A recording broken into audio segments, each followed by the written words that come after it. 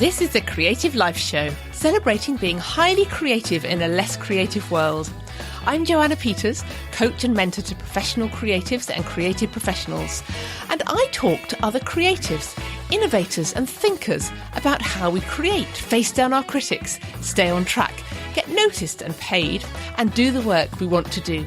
And I'm sharing the progress of my own book, all about creative people and how we thrive. Hello and welcome, especially if you're new here. It's the week of August the 6th, and I've decided to go fortnightly with the show for August. And the reason for that is that I want to practice what I preach.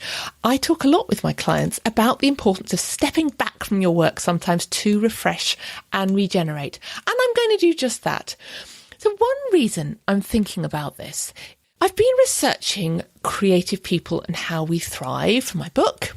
I came across really interesting observations by the veteran creativity researcher Mihai Csikszentmihalyi, the author of Flow. He talks about how creative people really don't fit into boxes. So we can show up as simultaneously introvert and extrovert, despite the fact that we normally think of those things as distinct. We can be traditional and groundbreaking, or disciplined and impulsive, or even empathetic and very self-centered. And I think that's one of the reasons that the world doesn't quite know what to make of us. It doesn't quite know what to make of creative people because we just don't fit into other people's expectations. I'd love to know what you think of that. Come over and comment at creativelifeshow.com on this week's episode. Or come and join me on Joanna Creative on Instagram or Joanna Peters on Twitter. I'm going to write a bit more about that on the blog. But it's important that we recognise within ourselves those conflicting needs. So maybe we need to rest and also to go out dancing. Or we need time to conform and not be challenged, but also the space to break out and do something completely unexpected. One thing that can easily happen is that we settle for an unhappy medium where we're not quite feeding either side of us because both somehow seem perhaps too extreme or too incompatible. So for over these few weeks, here's my challenge to you, which is to think about and observe what conflicting forces there are in you and how you can create space for both of them and see what it does to your own creativity. Today's guest is someone who has really embraced different sides of himself and has been hugely successful doing it. Hello and welcome. Today I'm talking to Roger Mavity. Roger's current business card probably says writer and photographer, but he's had a remarkable journey to this point. He founded his own advertising agency very successfully in 1981. 10 years later, he sold that business and became chief executive of Granada Group's leisure division, where he led the pitch for the takeover of the Forte Group. It was a huge business story at the time, and it's still the biggest hostile takeover bid in British commercial history. In 2002, he became chairman of Citygate, one of the UK's most respected financial PR companies. And in 2006, he became chief executive of the Conran Group, a huge design group. But he left there in 2013 to concentrate on writing and photography, and his work's been exhibited in London, Paris and Brussels. So his first book, Life's a Pitch, became an international bestseller, and in fact it's just been relaunched in an extended 10-year edition. And his second, The Rule Breakers Book of Business, came out in 2013 as he left the Conran Group. And he's now writing his third, called How to Steal Fire, which is all about debunking the myths around creativity, which sounds brilliant. And that will be out in Penguin next year. Welcome to the Creative Life Show, Roger. That's a remarkable biography. What does leading a creative life mean to you now? Well, I think the essential theme of my life creatively now is one of endless postponement, because I'm brilliant at knowing I've got to do something creative, but finding a reason why tomorrow is a much better day than today. So I'm hugely reliant on publishers to give me deadlines, because otherwise nothing would ever get done. Oddly enough, I found it easier in some ways to be creative when I was in a full-time office job. Well, I want to ask you about that because I know you changed your environment massively and the impact that's had on you. Before we come back to that, I'm going to ask you, as with all my guests, to share a time when you hit a particular creative challenge, and we'll explore that. Then can you take us through the situation you were in? Well, I'm not quite sure whether this is a creative question or not, but perhaps it is. When I was running my advertising agency, we had won the advertising for tourism to Mauritius, which was a tiny account in terms of amounts of money, but was a very important account in terms of potentially being a very good shop window for us because it's a sexy product and it advertises precisely towards the kind of people who are senior people in business that might become the next client of my advertising agency. And I remember going into the creative department who were struggling with writing a decent campaign for Mauritius. The two of them were working on it. I said, how are you getting on? And they said, oh, God, it's ridiculous that a product which is so wonderful is so hard to advertise. I don't know why I sort of snapped. And I said, what's wonderful about it? You sit for 12 hours in a cramped metal tube before spending 3 weeks on a hot, sweaty beach in a climate which our northern skins aren't used to, knowing that if you get seriously ill, the nearest decent hospital is probably about 3 air hours away. And then at the end of it, you sit in that cramped metal tube and come back again. Doesn't sound wonderful to me. And they looked a bit puzzled and said, well, why do people go there then? And I said, you've obviously never been to a hairdressing salon. You go to Mauritius because the lady is having her hair cut and the hairdresser says, are you going away anywhere interesting this year, Joe? And you pause and you say, no, my husband's having a bit of a tough time at the bank at the moment. We haven't really got anything very exciting booked up. Just 3 weeks in Mauritius. At which point the whole salon goes completely silent. You could hear a pin drop. And everybody else is thinking, that lucky bitch, she's going this very glamorous holiday. And I said, I suppose what I'm saying to you is I'm sure it actually, going to Mauritius is much nicer than I described it, obviously. But actually, to a large extent, those glamorous holidays are social statements. And we ended up running a campaign which showed a fantastically beautiful picture of Mauritius. And the headline, the first ad, just said, it may not be the best holiday in the world, but it's certainly the most expensive. And it was designed rather cheekily to brand Mauritius as the kind of Rolex watch of holidays, because there is a big element of status in those things. So is that a creative act? I hope so. Sold a lot of holidays. And did the client buy into that fairly easily? No, the client bought into it with great difficulty, but they did buy into it. On the whole, if a client buys into a creative idea easily, it's a terrible idea because people are frightened of exciting new things. It's a normal human instinct. So were your ad team used to you walking into a situation and just turning everything on its head? I mean, it sounds to me that's what you do, really. I was notoriously bad-tempered, if that's what you mean. I'm trying to mellow a bit as I get older, but not with much success. Right, so was that conversation the kind of thing that would really irritate you? Or actually you saw it as a bit of a personal challenge to help resolve? I think those things which stretch you and make you emotionally charged are actually where something good happens. And is that temper what made you such a good ad man, that ability to respond emotionally? Probably. I mean, curiously, and going back to the Mauritius client for a minute, when we actually pitched for the business, I didn't really want to do it because it's quite a small client. And the idea of our business was only to go after big companies.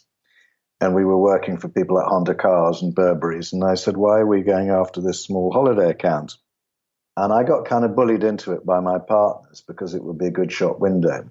But when we had the meeting, they just never turned up. They were due in our office at 2:00 one afternoon. And at 2:15, they weren't there. And at 2:30, they weren't there. And at 2:45, we rang up and said, what's happened? And they said, we've seen 7 advertising agencies already. It's a hot day. We're tired. If you want to show your stuff, come round to us, which I thought was quite insulting. But we did go around and we started to unpack everything. And they realized that they were in for quite a long meeting. And the boss of the tourist office looked a bit aghast. And he said, look, don't bother with all of that strategy and sales figures stuff. Just show us the adverts. We can be out in 10 minutes. So I started to pack up, put the stuff back in the art bags and so forth. And he said, what are you doing? And I said, well, I'm leaving. I gave him my card. I said, here's my phone number. The next time you're in London with more time, we'll show you the presentation. but I'm not showing it in 10 minutes. We worked on it for 6 weeks for no money, and the deal is that you're a proper audience. And he's all right, you can have half an hour. I said, no, I'm not bargaining, I'm going. And so we walked out. And of course, my business partner was livid with me, and my creative partner was admiring of me.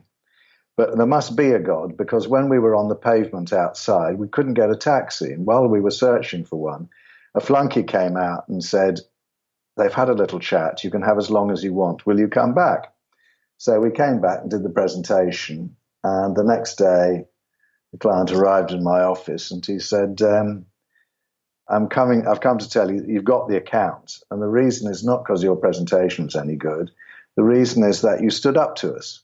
And we're a bit of a third world country. If we haven't solved it by lunchtime, the temptation to go and have a beer on the beach rather than carry on working is often quite hard to resist. But actually, tourism is a very important part of our economy. We need to be working with people who are quite tough with us. So that's why you've got the business. So really, we won the account because I lost my temper. So a bit of emotion's not a bad thing. No, and it strikes me that a lot of creatives struggle with that, particularly and you probably didn't find those people for your agency, but certainly in publishing, there's a lot of people, very nice people, who don't necessarily want to be forceful or say, no, my idea is better than anybody else's and you are wrong. But are we missing a trick by being too fearful? Well, the thing I can't stand is people who are nice to you. When you show somebody an idea for a book, I actually had a situation recently where I showed a publisher I liked very much an idea I had for an art book I'd been working on. And their reaction was to say that, well, they really liked it and they just wanted it developed a bit more. And the more they started to explain how they wanted it to be improved, the more I felt actually they didn't really like it at all, but they didn't want to say so. Saying yes because you're fearful of saying no is incredibly unhelpful. Creative people, like anybody else, need a clear sense of direction. If the client or the publisher doesn't like it, saying no actually is irritating at the time, but quite helpful afterwards because you know where you stand. Saying yes, in brackets, I'm not quite sure, is actually terribly corrosive. So they get that clarity. Yeah. I want to ask you about another area where there must have been a great deal of clarity, but in a very rational boardroom environment. So you spent a lot of time in big boardrooms with shareholders in those environments that are not classically creative. Now, I'm sure you're quite capable of doing that kind of side of stuff. But did you ever think, what am I doing here? Only all the time. Yes, I mean, large board meetings are not a good way of getting anything done. In my experience, the smart operators work it out in advance and they lobby the people whose votes they need to get it through. And the board meeting itself is a formality. But deeper than that, there is a thing in large corporate culture that people are very resistant to change. Now, large corporations seem safe. That's sometimes an illusion, but it is how it seems. Large corporations seem safe. So they attract in the middle ranks the kind of people who are unusually risk averse. It's not true at the top. The people at the top of large businesses are usually quite brave. But in the middle echelons, you get people who are fearful of doing anything new. So trying to impose any kind of innovation on them is very difficult. And there was a time when I was at Granada Group, for my sins, what part of my brief was running the motorway service areas, which was a very big business for Granada. It made them a lot of money. But it was a horrible product. And I thought if we could improve the product, then we would get far more customers and we'd do better out of it commercially. Added to which I didn't really want to be associated with something I thought was rather naff. So we had this board meeting where I talked about the fact that the one thing that everybody did when they came to a motorway service area was they used the loo. And the loos were rather dreary and we should upgrade them. And everybody said, no, they're absolutely fine. And this ridiculous argument went on for half an hour and got nowhere. So eventually I climbed down and said, no, I agree with you, the loos are fine. And after the board meeting, I went off and I found the sort of janitor bloke. And I said, because at that time the board had its offices above one of the motorway service areas. I said, could you put a sign on the director's loo saying that they're closed for repair and could you lock the door? he said, but they aren't closed for repair. Very rational answer. I said, they are if you and I decide they are. Just humour me. So we locked them, put up a sign saying closed indefinitely for repair, which meant that the directors then had to go and use the same loos as their customers. At which point they came back and said, maybe we should improve the loos. So having a sensible discussion in a board meeting achieved absolutely nothing, but locking them out and forcing them to go to the loo somewhere much less comfortable and much more drafty achieved quite a lot. Well, it's really interesting what you said about the middle managers and the way you related to that, because I think psychologists talk about something called middle status conforming, and it's basically when we've got to the point we've got enough to lose that we don't want to lose it, but we haven't yet stood out by reaching the top. It strikes me that you managed to bypass that middle management stuff, maybe setting up your own company, then going in at very senior levels. And did you perhaps have the status and the seniority to be a bit maverick, to go and lock the toilets? Maybe you would have done that anyway. Did I do it because it's in my temperament to be like that, and I'm a sort of cussed person, or did I do it because I felt I had a sufficient seniority to do it? Probably a bit of both, to be honest. I mean, when I was at Granada, I was rather lucky. The business was in a terrible mess. It recovered brilliantly, but at the beginning of my time there, it was an awful mess. And that's a wonderful place to be, because if you change things, when things are bad, it's quite hard to make it worse. And it can easily make it better. Never ever get a job running a company which is already very successful, because it's very hard to know what to do next. Yes, I remember an advisor when I was doing an MBA telling me that. Don't go and run a successful magazine, because you could only make it worse. Well, that's a bit harsh, but it's harder to make it better. Mm. But you've made the decision after several years to leave that. What was behind your finally going, right, I'm out of here? Well, I'd like to pretend I had some sort of life plan, but, I sort of never did. I think I always had quite a kind of burning ambition, because I was a terrible failure at school and I got rejected by 9 universities. So I never got to college of any sort. And when I started work as a clerk at the age of 18, I think I just had a burning ambition to prove to all those teachers that had dismissed me that I was okay and I could do something. So there was always an ambition there, but there was never that much of a big plan, because things unfold in ways that you don't expect. I'm a very keen sailor, and one of the things you learn in sailing is that it's important not to have too much of a fixed view. You have to adapt to changing conditions very quickly sometimes. So you left at the same time that your book came out. Was writing the book the thing that kind of prompted it? No, I published Life's a Pitch shortly after I joined Conran. But I think it was the your second one that came out as you left. Rule Breakers Book of Business came out about the time that I was leaving. I actually wrote it while I was working with Terence. That's Terence Conran, who founded the Conran Group. Yeah, absolutely. No, I think, I'd worked with Terence for 7 years. He's an absolutely brilliant and extraordinary man, but he's also quite, you don't get to achieve what he's done by being utterly reasonable. He's quite a tough and tiring taskmaster. I'd done it for 7 years, and I thought I was entitled to a bit of time on my own, really. But you haven't retired to the golf course. I mean, I know your sailing is your big thing. You're devoting it to writing and photography. They're not traditional boardroom sort of escapee things, I think, are they? No, I don't think they are. As far as my own personality is concerned, the question you've asked is quite profound. I mean, I think there is a side of my character. My father was a reasonably successful businessman in the northeast of England. And I remember my first toy, believe it or not, was a briefcase, a sort of tiny briefcase. So I could walk around pretending to be him when I was 6. So there was a kind of side of me which always wanted to do what he'd done and to do it better than he had. Partly for him and partly in competition with him, I expect. So I've always kind of liked the cut and thrust of business and getting people to do things and making things happen.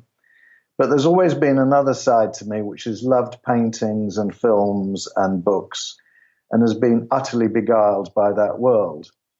And most people can be quite interested in one, but generally aren't that interested in the other. I am genuinely interested in both.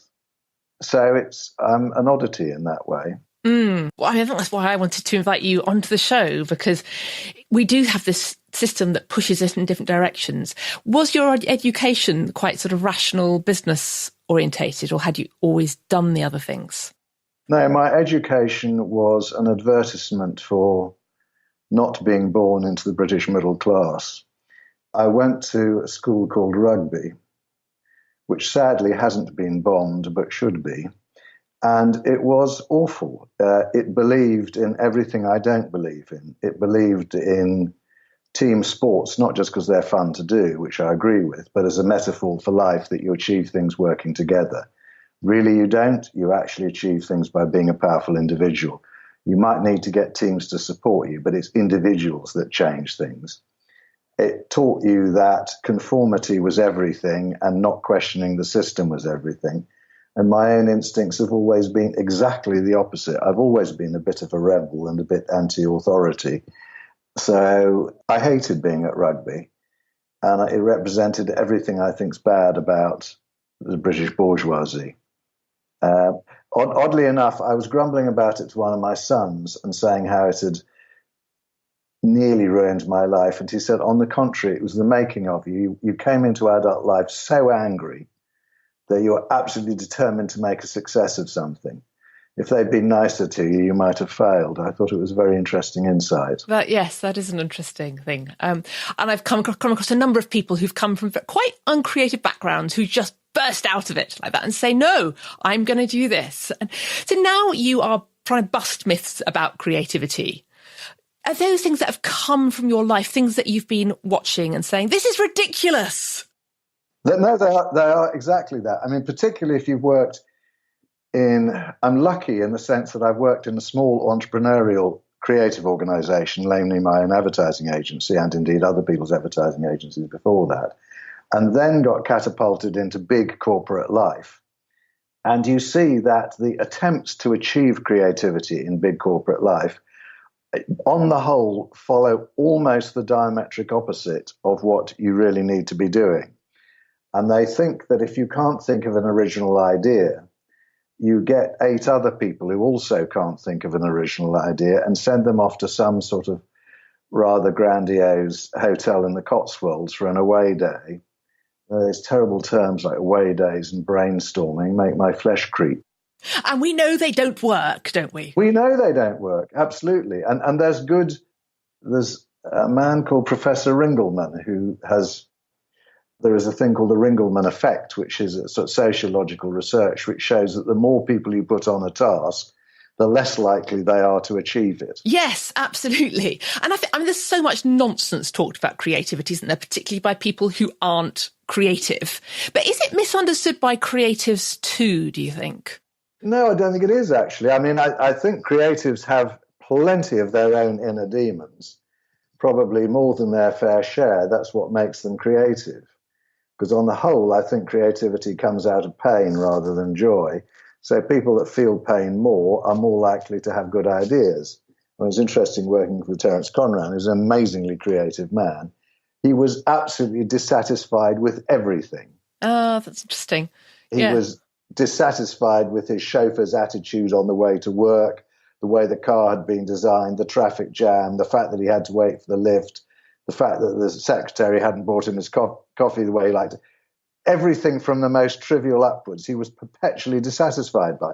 But of course, that's why he was good at inventing new things. If he was satisfied with what was around him, why would he bother to do anything better? Yes, he was out to make our lives better, wasn't he? I can completely imagine that. So, yeah, I mean, this is what strikes me about, and I went from, again, quite small environments, which were much more creative, to sort of corporate life. And it struck me that there were a lot of, and I kind of bought into it because I went, oh, well, these people who are at senior levels in a big corporate must know more about being creative than I do, even though I'm a creative and I'm running creative teams. And it was really only when I left, I thought, this was nonsense. This is a lot about kind of people wanting, I don't know, it struck me as a lot about egos and people wanting to show their knowledge and believe that everybody is equally creative, which to me is patently obvious is not true. Well, there's a very interesting book called The Master and His Emissary, which is named after a story by Nietzsche. And it's written by a philosopher at Oxford. And it explores how right brain and left brain thinking works in a very intelligent and thought-provoking way. And, it's quite clear reading the book that some people are destined to be more analytical and less imaginative than others, and vice versa. Just like some people are more lugubrious and some people are more jolly. And I think creativity is pretty hardwired in us, really. I absolutely agree. Yes, but often not the people who've got to the senior levels in the big environments. Do you miss that corporate environment? I'm not a great harker-backer, really. I'm interested in what I'm doing next. I don't think much about what I was doing before. I'm rather with Henry Ford. I think history is bunk. The past is over. There's a wonderful line in a Trollope novel, I think it's the Eustace Diamonds. One of the characters says, rather mournfully, "The past is lost to us, the future is all we have." And I think it's a good philosophy. So I don't really think about what I miss. I think about what I'm going to do next. You started off by saying that you find you're being slower to write now, or you procrastinate more. Has it shifted the way you create? A bit. I mean, if you're in a working environment, you're in that kind of discipline already. If you're in quite a nice house in Notting Hill and it's nearly lunchtime, there are a couple of nice restaurants around the corner, and you could buy a copy of The Guardian and read it with a glass of wine. That sounds to me a better bet than struggling with my next idea. So it's very easy to be tempted. But actually, I'm probably slightly more disciplined than I pretend. I usually have a few projects on the go. And there's a period when they sort of come into flower, and then you have to work flat out on them. But in the meantime, all you really need to be doing is just kind of watering them and feeding them, if that makes sense.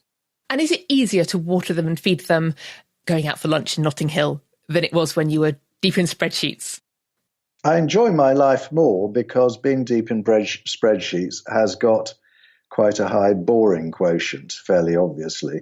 I mean, I like the cut and thrust and I like trying to manage people. But no, I like what I'm doing now because I've got a lot more freedom. So your book comes out next year, and have you got any particular photography plans or projects? I'm going to be very politician-like and avoid answering that question. I have got one photography idea, which I have a meeting about in about 2 weeks' time with a very famous artist to collaborate with him. And I cannot imagine any reason why he should want to collaborate with a relative minnow like myself when he is a shark in the ocean of art. But if he did, it would be a huge project.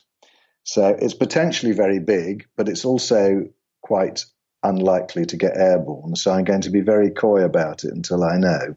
Right.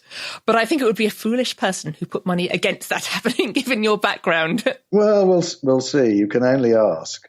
Absolutely. So you can connect with Roger at rogermavity.com, and you're also on Twitter, aren't you, at Roger_Mavity. I will put those links on the Creative Life Show website. Roger, thank you so much for a fascinating conversation. I'd love to know if it's resonated with you, particularly if you're a creative thinker in a corporate environment. Come over to creativelifeshow.com or Twitter at Joanna Peters or in the Creative Life Facebook group. Thanks very much for listening and have a wonderfully creative week.